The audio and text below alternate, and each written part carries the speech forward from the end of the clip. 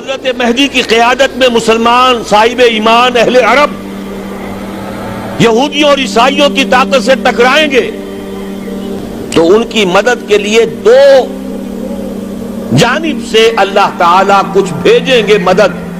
حدیث سے معلوم ہوتا ہے کہ مشرق سے فوجیں آئیں گی حضرت مہدی کی مدد کے لیے. خراسان سے سیاہ عالم چلیں گے, انہیں کوئی نہیں روک سکے گا یہاں تک کہ وہ یروشلم میں جا کر نصب ہو جائیں گے.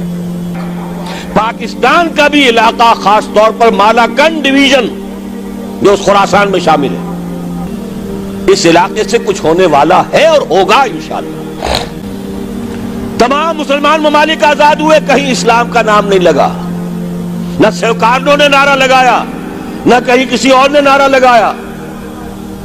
عربوں نے بھی عرب نیشنلزم کا نعرہ لگایا, اسلام کا نعرہ نہیں. تحریک پاکستان میں نعرہ لگا, پاکستان کا مطلب کیا؟ لا الہ الا اللہ. نوٹ کرنے کی بات ہے. کچھ آثار ہیں, 400 سال کی تاریخ ہے, بتا رہی ہے پاکستان کا قیام خود ایک معجزہ.